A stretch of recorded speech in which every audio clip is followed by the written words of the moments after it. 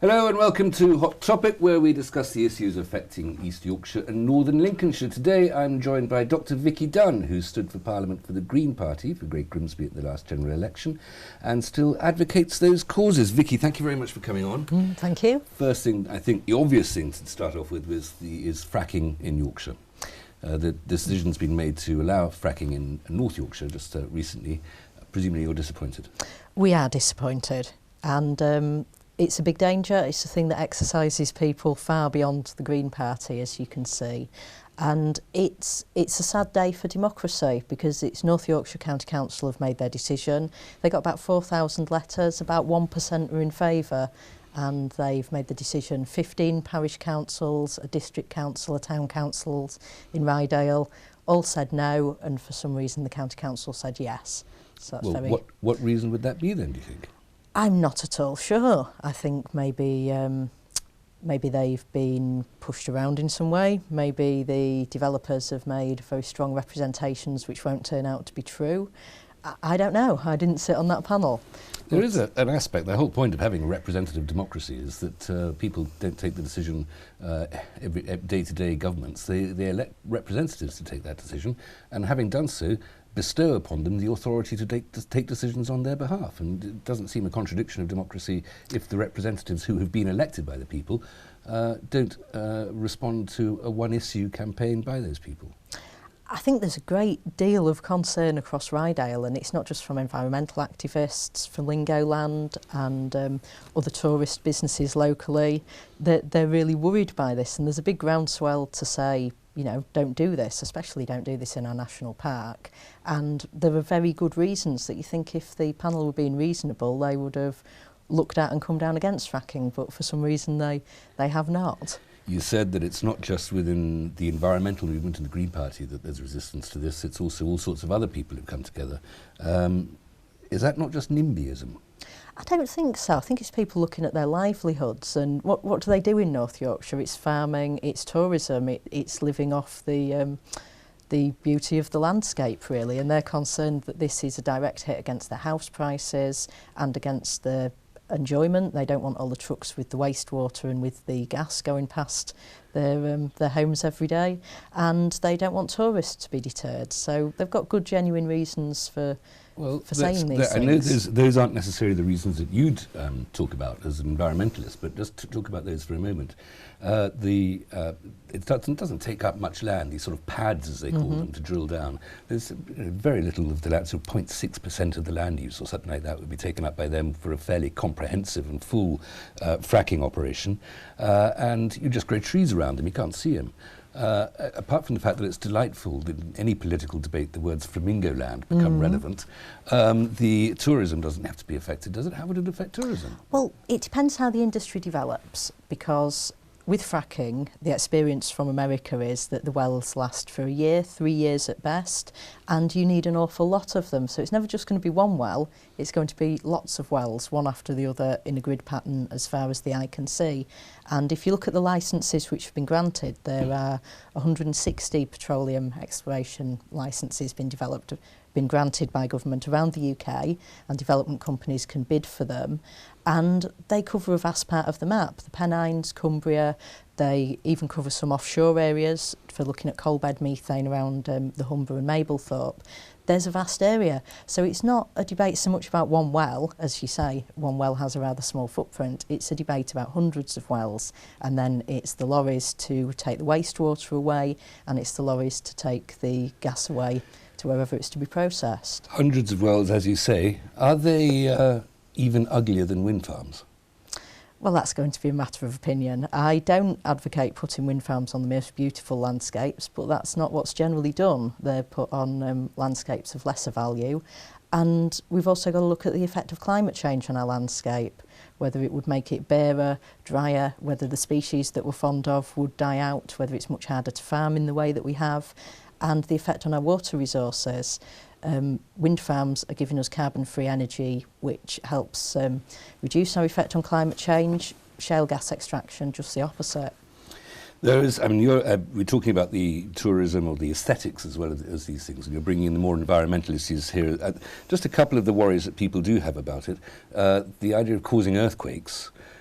seems a little bit far-fetched. The Royal Academy of Engineering reported in 2012 that the risk was minimal of causing earthquakes, and they're not likely to be bigger than the earthquake that we, in this part of the world, all remember, the Market Raisin earthquake of a few years ago. That's a bit of a side issue, isn't it? 2 earthquakes did happen near the fracking test site run by Cordrilla up near Blackpool in Pultonley-Fylde, I believe it was. And that was 2 earthquakes which did happen, which they attributed to their operations. Were any chimney pots damaged in the course of those earthquakes?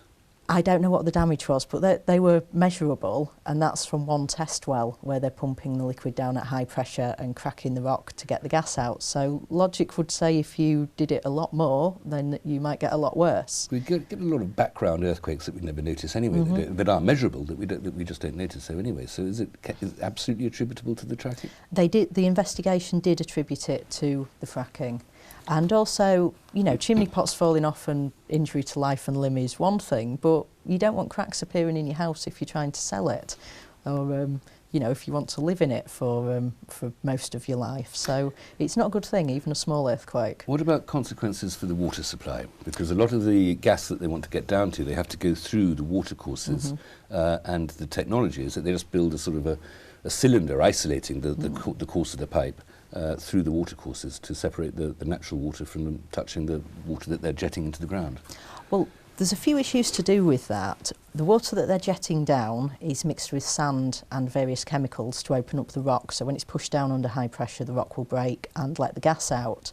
So it's not going to be particularly nice or clean when it comes back up, having been in contact with all that, all the rock and the coal-like material. But that's down the water there. that they jet down, and then it comes back up. I mean, the natural water in the water courses, the aquifers that they drill through, that they penetrate. A new well probably won't leak. What will a well do after a few years of operation, and what will a well do after it's been capped off and left and the company's not around anymore to be responsible for it? You know, once these wells are dug, that's a hole going through the ground and touching the groundwater for forever, really. They're not going to be able to block them up again. But the other issue with water is the water that they put down, some comes back up and it must be trucked away as wastewater for special treatment.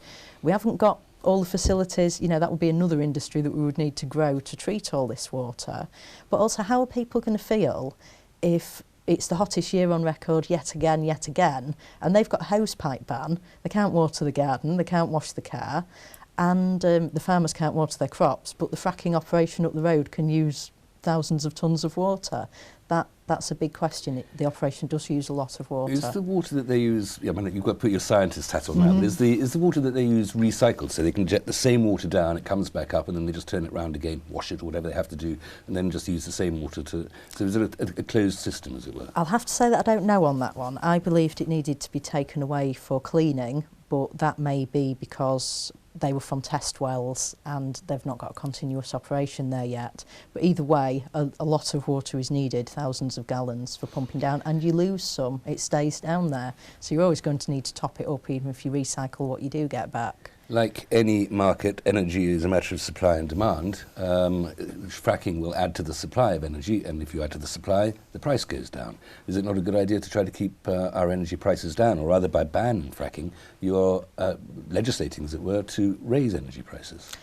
Two answers to that. One, most authorities think it's not going to do a lot to the gas price. They look at America and say it did lower the gas price, but if you look at Europe, it would be a small drop in a much bigger market. There are big gas interconnectors in between the countries. Most of our gas is supplied from Norway through big pipes under the North Sea. So most authorities think that whatever we could get from fracking isn't going to budge the price very much in proportion to the European market. Then why are they doing it? Why is it worthwhile? Well, that's an interesting one. The other thing I'd say about demand, we can reduce demand for gas by a massive programme of insulation for homes, but this is colder? something... No, by insulating homes and being warmer for the same price, by helping people in fuel poverty and by cutting bills for people who are lucky enough not to be in fuel poverty. So you can reduce demand. But for your other question, who's getting rich off it?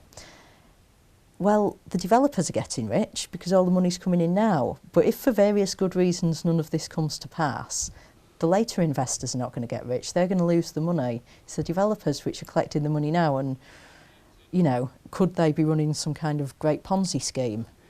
Well, a don't mention concern. any names. If you're going to suggest anything like that, don't mention any names so that we're on the right side of the Defamation Act there. But we'll come back to maybe the great question here is cui bono, I suppose, then, isn't it? Who's to benefit? We'll come back and talk a little bit more about that and about some of the international consequences of this as well. Vicky, do go away. Join me after the break.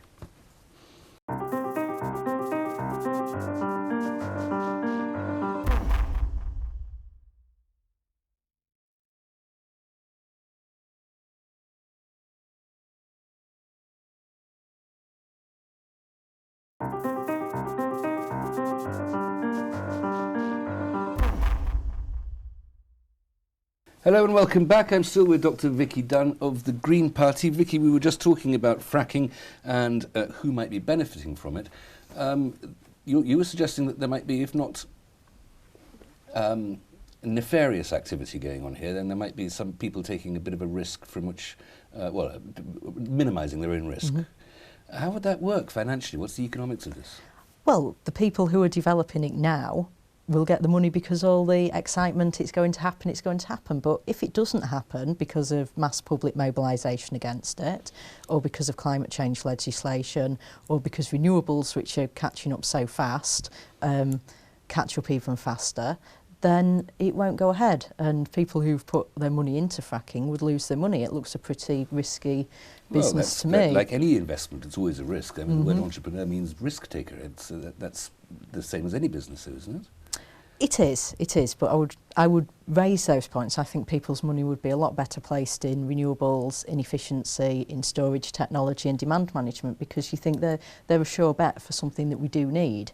They're not going to be overridden by the tides of progress. Well, I want to come to renewables in a moment, but first of all, just want to get on to the international aspects of it. We're dependent, for the moment, the renewables aren't enough. We're dependent on importing gas. As you say, it's piped in from Norway, but through Norway, it's coming from Russia, which is not a stable regime. President Putin can turn off the taps anytime he likes, and he has turned off the taps to Eastern Europe before now.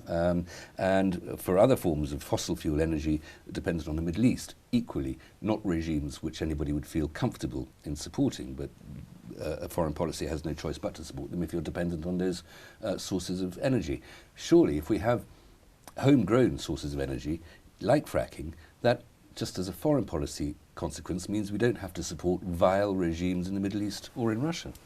That does sound attractive, and every effort should be made to reduce our energy use and to develop a mostly renewable grid, and to use the resources which we've got already. But fracking, it's building a whole new infrastructure, a new infrastructure to collect this gas, to process it, and infrastructure is very expensive. You can only spend the money once, and I think there are so many better things to spend it on and to get more bang for your buck in improving the energy supply than to go for fracking, because it will lock us into a higher carbon development path for many, many years to come. Once we've built the wells, you need to build the infrastructure to deal with the gas and the infrastructure to get it to market, and continued reliance on gas power stations, which we would see use the existing ones for sure, but building more and more now is not the right way to use the money which we're going to invest in infrastructure in the years to come. Is there not an argument that as a sticking plaster, as it were, as a time to, as a way of tiding us over to the moment where renewable technology can supply all the energy we like, that's not going to come within decades? I mean, it's going to take a long time. It's a visionary thing, a generational thing. The chances are that the fossil fuel energy without fracking is going to run out. Well, it's already probably reached its peak. We've taken out more than there is left in the planet, and it's probably going to be run out that all we can get out of it by about 2060. And that's before the renewable energy will be capable of replacing everything that we need fossil fuel energy for at the moment. So is the fracking and the shale gas technology, even if we don't like it, just a way of keeping warm the generations, the one or two generations that are going to have to find a way of living between the failure of fossil fuels and that finite source of energy and its replacement completely by renewable energy? I can see where the argument comes from, but we've got to move faster than that. I mean, the dire predictions about climate change have always come with the tag, we need to act within 5 years, we need to act within 10 years, and certainly for as long as I can remember, it's always we need to act within 5 or 10 years. But I think the crisis is with us now. Again, last year was one of the hottest years on record. This year is shaping up for the same, and we need to move with a great deal of focus and energy on changing the system which we have. And I don't think kind of going off on a detour into sticking plasters, which may, I just don't think we should do it. I think we should set our face firmly onto where we need to be and get there. The scientists are telling us that most of that carbon needs to remain in the ground. If we burn that carbon, then the planet will be in terrible trouble. You look at the war in Syria, that started with a terrible drought and lots of people moving to the cities, finding themselves without jobs and easy prey for extremists, and look what happened there. Are you saying there's a causal connection between fracking in Yorkshire and droughts in Syria? No, I'm not. I'm saying we shouldn't develop more fossil fuels because we will see more of the same, and that would be a particularly bad thing because the areas most affected by drought would be some of the most delicate areas of the world where people are already on the edge.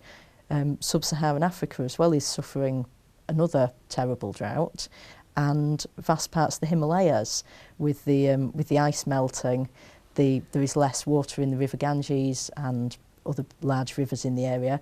Agriculture is going to suffer that millions of people depend on, and that will lead to political unrest and wars.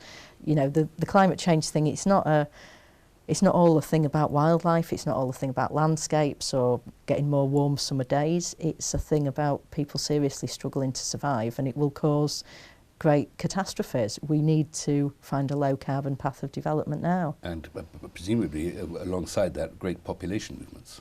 Yes, indeed, and that's a worry. We can see the concern that a population movement that sent refugees to Europe, admittedly most of the Syrian refugees are housed in neighbouring countries who are bearing the burden, but it's already causing great concern in Europe, seeing lots of desperate new people turning up.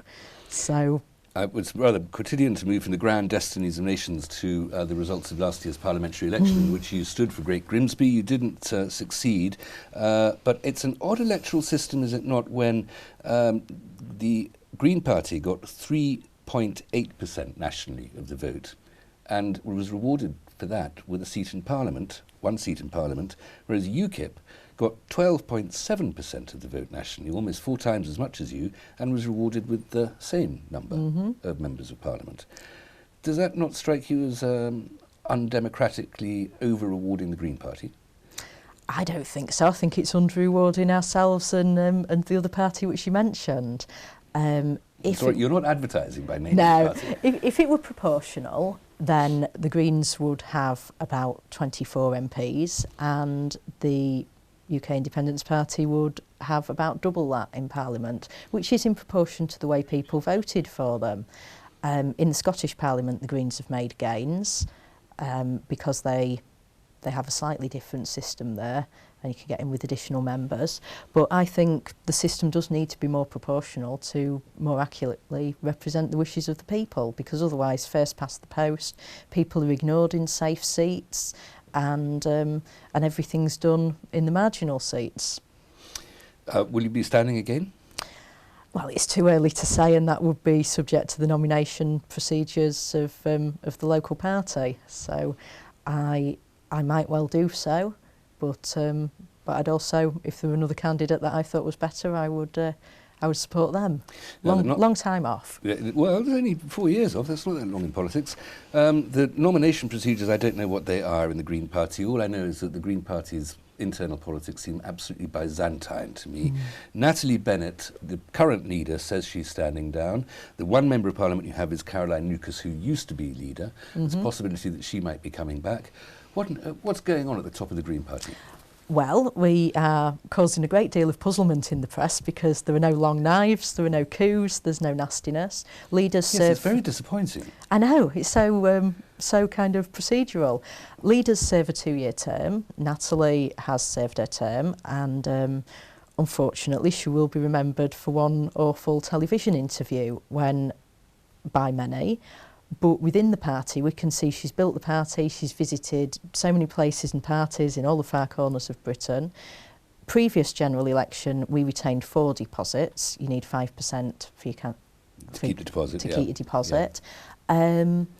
We retained 123 with a few close seconds. So as for building the party and doing what she needed to do, Natalie did well for us, but she's now decided that at the end of her 2-year term she won't seek re-election. Even during her leadership, Caroline Lucas was always more prominent, even if because she could get a question at Prime Minister's questions because she was in Parliament. Would she not be the natural person to take that? I love Caroline, but I wouldn't want her to be the leader of the party for the same reason as she stepped down to let Natalie do it. She's got her job to do for us in Parliament. She's very prominent. We need somebody else who's got the time to devote to being the party leader. So we've got some good people who are not well known yet, but one of them, I believe, would be picked and well known. Well, who would you suggest if you have a name? I'm a big fan of Molly Scott-Cato, who has got a fantastic grasp of economics, but she's a Euro MP representing the South West at the minute. So depending on the referendum, Molly may or may not be available. And Shara Ali, he's fiery, he talks very well, he's passionate. I think he'd be great for the party. Quite a few for us more to remember for the future. Thank you very much. That's all for Hot Topic this week. Join me again next week. For now, goodbye.